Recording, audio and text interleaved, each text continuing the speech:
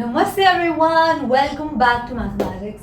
आई am Stuti और आज हम पढ़ रहे हैं class 9 maths chapter 2 polynomials and today we will study what are the zeros of a polynomial. ठीक है, so this is lecture number 4 of this chapter. इसके पहले हम लोगों ने पढ़ लिया है पॉलिनोमियल्स क्या होते हैं, what is the degree of a polynomial. Exercise 2.1 we have completed. If you have any doubt so you can check out the videos that I made previously. So let's start this.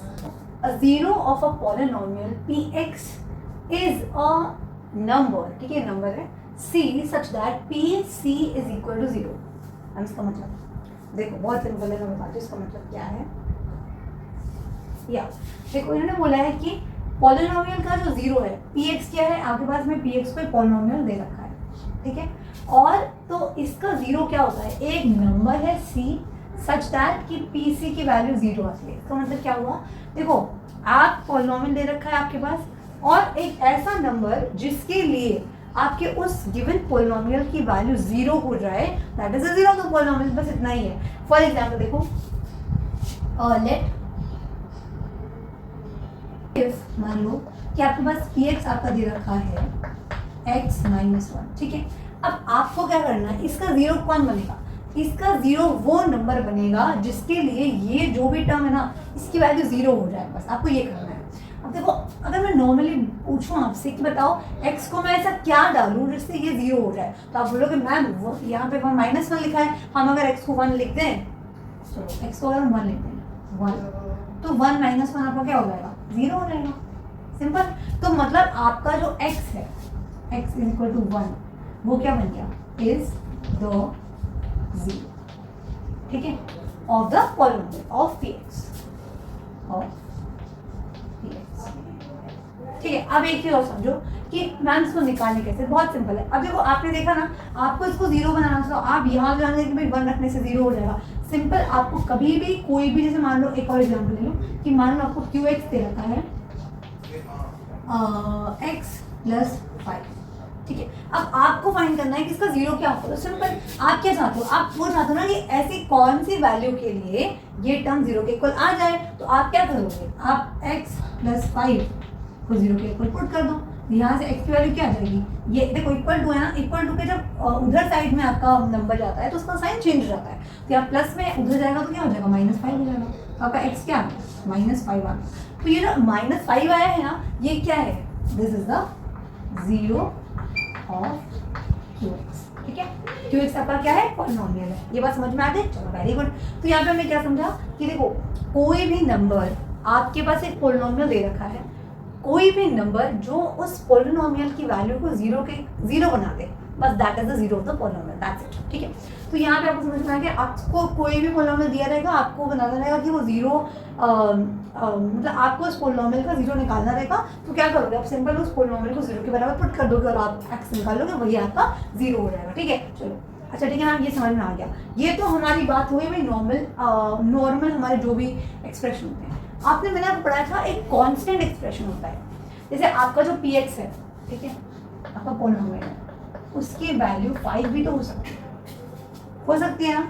चलो अब मुझे बताओ कि if अगर मेरा जो px है उसकी वैल्यू मैंने 5 के, मतलब ये मेरा px दे दिया, मैंने पॉलिनोमियल आपका 5 दे दिया, के पास में मैं बोलूँ कि आपका जो px है मैंने उसको 5 दे दिया, ठीक है। अब इस केस में क्या करोगे आप, तो देखो अब आप इसमें क्या डाल दोगे कि इसकी वैल्यू जीरो हो जाए, बताओ। पर मैम इसमें तो हमको x ही नहीं दिख रहा, देखो इसके अंदर x है ही नहीं। जब x ही नहीं है तो फिर आप इसमें क्या डालोगे, कुछ नहीं डालोगे ना, इसको जीरो बना सकते हो। अरे भाई 5 तो कांस्टेंट नंबर है ना, एक कांस्टेंट की वैल्यू कभी बदलती है, नहीं बदलती है, तो इसका ये कभी जीरो के इक्वल जा ही नहीं सकता ना। It's a number, right, it's a non zero number, non zero constant की वैल्यू कभी जीरो के बराबर नहीं हो सकती है। इसीलिए आप लिखते हो, अगर आपसे पूछा जाए कि इसका जीरो क्या बनेगा, तो आप लिखोगे कि इट हैज नो जीरोस, है ना, जीरो ही नहीं होगा इसके पास, नहीं होगा, ठीक है। अब यहाँ पे आप एक नोट बना सकते हो कि यहाँ सबको क्या बन गया कि a non zero constant has, या कांस्टेंट पॉलिनोमियल, क्योंकि आपके पास पॉलिनोमियल है ना, पॉलिनोमियल हैज नो जीरोस, ठीक है, मतलब आपके पास कोई भी ma'am non zero constant polynomial क्या होता है। देखो मैंने आपको पढ़ाया हुआ है, लेकिन अगर आपको नहीं पता तो मैं आपको बता देती हूँ। कोई भी नंबर, जैसे आपका पोलिनोमियल ये भी हो सकता है ना, 5 हो सकता है, 10, 20, 2/3, 11, कुछ भी हो सकता है। तो कोई भी, इसे भी आप पोलिनोमियल बोलते हो, ये भी पोलिनोमियल है, इसके अंदर एक्स नहीं है, मतलब वेरिएबल नहीं है, लेकिन ये है पोलिनोमियल। ऐसे पोलिनोमियल्स को आप बोलते हो नॉन जीरो कांस्टेंट पोलिनोमियल। क्यों बोलते हो? क्योंकि ये जीरो के इक्वल तो है नहीं और ये कांस्टेंट पोलिनोमियल है, ठीक है। तो इनके लिए हमने एक अलग से नाम दिया है जिसे हम बोलते हैं नॉन जीरो कांस्टेंट पोलिनोमियल। और ये इसके पास कोई जीरो नहीं होता है, क्योंकि कांस्टेंट का भी जीरो बराबर हो नहीं सकता ना, इस वजह से इसके पास में कोई जीरो नहीं होता है। तो यहाँ पे हमने वही लिखा है कि एक नॉन जीरो कांस्टेंट पोलिनोमियल के पास में कोई भी जीरो नहीं होता है, ठीक है। अब देखो ये मत होगी, अच्छा मैम अगर हमें मान लो px की जगह px आपको जीरो दे दिया तो क्या करोगे? मतलब आपको पोलिनोमियल जीरो ही दे दिया, मतलब आपको, अब आपको बता चुकी हूँ मैं, इस पर्टिकुलर केस को आप बोलते हो जीरो पोलिनोमियल, राइट। तो ये आपका क्या है? ये आपका जीरो पोलिनोमियल है। अब मुझे बताओ कि इसके लिए जीरो क्या बनेगा? मैंने तो पहले से जीरो है, देखो ये पहले से जीरो है, राइट। मतलब आप x की वैल्यू चाहे कुछ भी रखो, any number, any real number डाल दो, इसकी वैल्यू जीरो बनने वाली है। जब ये खुद ही जीरो है ना, तो आप x कुछ भी, अब पहले हो तो x पे डिपेंड कर नहीं रहा है ना, कांस्टेंट नंबर है, वो भी जीरो है। तो मतलब आपको देखो जीरो ऑफ पोलिनोमियल क्या बोलता है कि वो सारी वैल्यूज जिसके लिए आपका गिवन पोलिनोमियल जीरो के इक्वल आ रहा है, ठीक है। And in this case you can put any value and you will always get zero, right. इसीलिए यहाँ पे आप एक बात लिखते हो that real number, every real number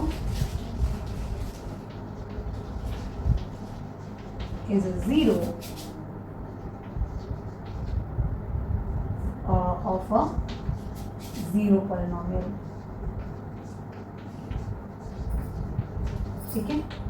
यानी कि आप कोई भी रियल नंबर ले लो, ठीक है, कोई भी रियल नंबर आएगा तो वो हमेशा एक जीरो बनेगा। Every real number is a zero of a zero polynomial. एक जीरो पोलिनोमियल के लिए हर रियल नंबर क्या होता है? आपका जीरो होता है। तो अगर आपसे एक क्वेश्चन पूछ रहा है कि आप इसका जीरो बताओ, तो आप लिखोगे ऑल द रियल नंबर्स, ठीक है, एनी रियल नंबर, और आपका जीरो पोलिनोमियल हमेशा जीरो ही देगा, ठीक है। अब आपको एक बात और बताती हूँ मैं कि जैसे आपने ये पढ़ा ना कि आप इसको क्या बोलते हो? Zero of the polynomial. अब आपको मालूम है कि आप लोगों ने चीज पढ़ी है, मैं आपको यहाँ बताती हूँ। तो याद जानते हैं, देखो ये x माइनस वन है, right. If you put x minus one की वैल्यू जीरो डाल दो, ठीक है, तो ये इक्वेशन बन जाएगी ना। इक्वेशन क्या होता है? जिसमें आपका ये इक्वल टू का साइन भी आ जाता है, तो ये आपकी इक्वेशन होती है ना, जिसमें दो चीजों को इक्वेट करा रहे होते हैं। अब आपको मालूम है कि x की, अगर आप इस इक्वेशन से x की वैल्यू निकालोगे तो आप जानते हो कि x की वैल्यू क्या आ जाएगी? 1 आ जाएगी, राइट। बोलो सही बात है। एंड यहाँ पर हमने क्या बोला था कि px हमारा क्या है? x माइनस वन, ये पोलिनोमियल है जिसके लिए 1 हमारा क्या आता है? Zero of the polynomial. अब ध्यान रखो, आप क्या बोलते हो इसको? क्या बोल सकते हो कि 1 इज द रूट, ठीक है, ऑफ द इक्वेशन। आपका 1 क्या है? आपका 1 जो है वो इस इक्वेशन का रूट है, and 1 is the zero of the polynomial. कौन सा पोलिनोमियल जो आपको दे रखा है, ठीक है, दोनों एक ही बात है। Now we will do some examples.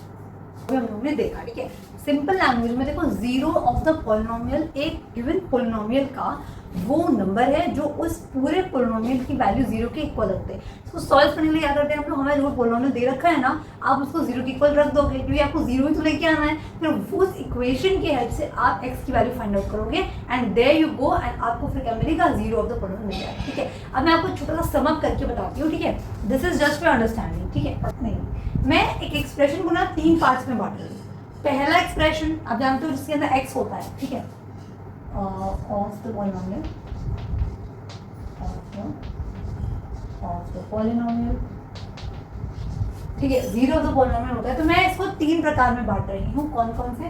पहला तो आपका है एक्सप्रेशन, ठीक है, with x।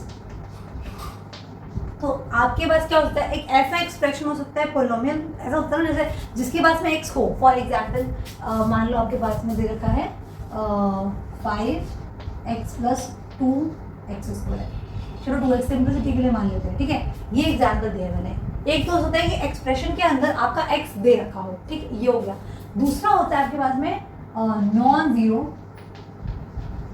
Constant polynomial,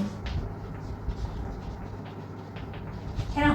non zero constant polynomial तो क्या होता है, कोई भी नंबर हो सकता है, जैसे कि आपका मान लो px की वैल्यू 5 है मान लो, एग्जाम्पल है ठीक है, तो ये नहीं कि यही है सिर्फ। और एक होता है आपका जीरो पॉलिनोमियल, जीरो पॉलिनोमियल, ठीक है। चलो बहुत बढ़िया। अब ये तो मैम सिंपल हम जानते हैं कि हमारा जो px है वो जीरो के इक्वल है, हाँ यही होता है, ठीक है। चलो बढ़िया।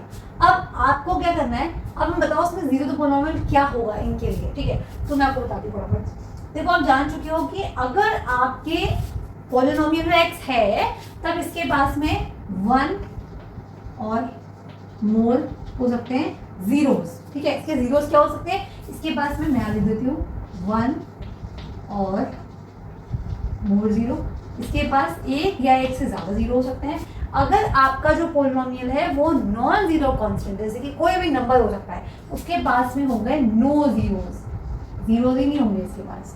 क्यों मैम नहीं होंगे, क्योंकि आप देखो ना एक कांस्टेंट नंबर को आप जीरो कभी कर ही नहीं सकते, तो ऐसा कोई नंबर डाल ही नहीं पाओगे जिसके लिए जीरो आ जाए, कोई नंबर के लिए जीरो नहीं आएगा, इसीलिए इसके पास जीरो होते ही नहीं, नॉन जीरो। अब एक जीरो पॉलिनोमियल तो भैया हमेशा जीरो होता है, इसी वजह से देखो एक जीरो पॉलिनोमियल हमेशा जीरो होता है, इसीलिए आप x की वैल्यू कोई भी वैल्यू रख दोगे हमेशा जीरो ही तो आएगा। तो यहाँ पे क्या होता है, every real number is a zero, ठीक है। मतलब आप भाई कोई भी रियल नंबर डाल दो ये जीरो बन जाएगा, ठीक है। सो यहाँ मैंने क्या समझा कि 3 प्रकार की, ये मैंने आपको सिर्फ समझाने के लिए बताया है, तो अगर आपको याद करने में आसानी रहेगी, ठीक है। You can make your own and understand this, clear. बढ़िया। अब हम लोग फटाफट से 2 एग्जांपल्स करते हैं। पे दे रखा है check whether -2 and 2 are the zero of the polynomial. आपके पास एक पॉलिनोमियल दे रखा है x+2, ठीक है, और आपको चेक करना है कि भाई ये दोनों जीरो है कि नहीं। अब इसके लिए मतलब क्या मतलब है कि आपको क्या देखना है कि अगर मैं ये 2 - 2 इसके अंदर डालती हूँ, पॉलिनोमियल के अंदर डालती हूँ, इसकी वैल्यू जीरो आएगी या नहीं, बस इतना आपको चेक करना है, ठीक है। चलो चेक करो। तो देखो x+2 है आपके पास, x+2 दे रखा है, ये आपका px है, ठीक है। मैम px क्यों लिखते हैं, देखो किसी पॉलिनोमियल को हम डिनोट करते हैं p से, जैसे p मतलब पॉलिनोमियल क्या है, x मतलब होता है x के अंदर, जैसे आप यहाँ पे y भी ले सकते थे ना।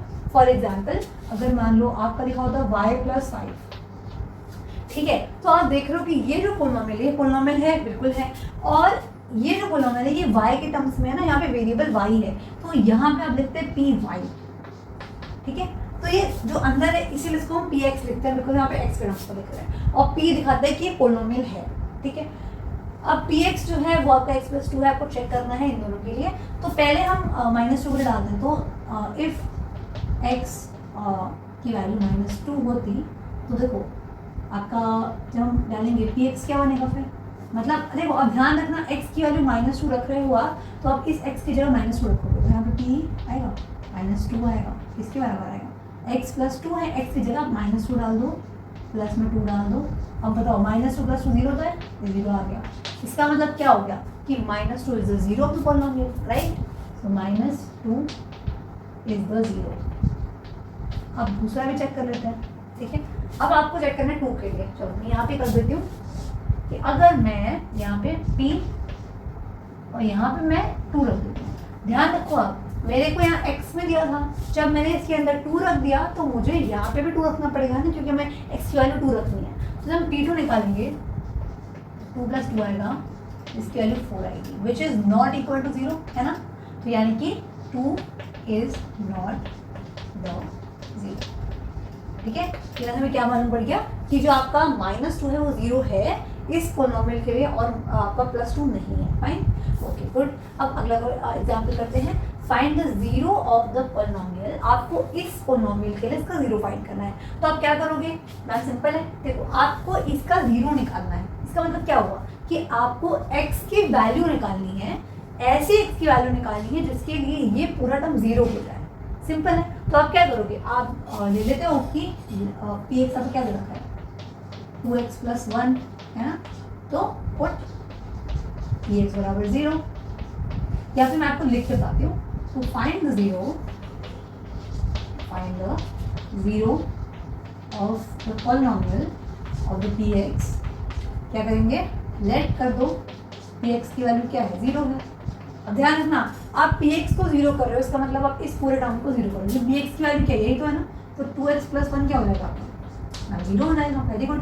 अब ध्यान रखना ये इक्वल टू है ना, तो जब आप इक्वल टू के उधर अपना नंबर लेके जाओगे तो ये प्लस में है, उधर जाके माइनस हो जाएगा ना, तो 2x की वैल्यू क्या जाएगी, -1 आ जाएगी। आपकी इसकी वैल्यू उधर जाएगी तो ये हो जाएगी। अब आपका ये x, आपको x निकालना है तो आप x लिखोगे इक्वल टू -1। अब ध्यान रखो ये 2x के साथ मल्टीप्लाई में है, तो जब आप इक्वल टू के उधर लेके जाओगे तो डिवाइड बन जाएगा, फिर अपॉन में आ जाएगा, तो आपके x की वैल्यू क्या आ गई यहाँ से, -1/2। तो आप देखो, मतलब अगर आप -1/2 को इसके अंदर पुट करोगे, ठीक है, तो आपका ये px 0 हो जाएगा। दैट व्हाट मीन्स कि -1/2 is the 0 of px plus 1, ठीक है।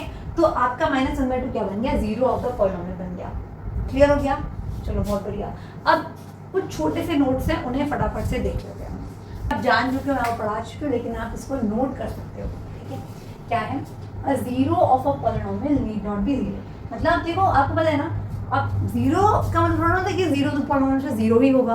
आपने अभी भी देखा -1 आया था, -1/2 आया था, तो आपका किसी भी पॉलिनोमियल का 0 नीड नॉट बी 0। मतलब ऐसा नहीं है कि आपका 0 ऑफ द पॉलिनोमियल हमेशा 0 ही होगा, ऐसा नहीं है, ठीक है, ये आप जानते हो।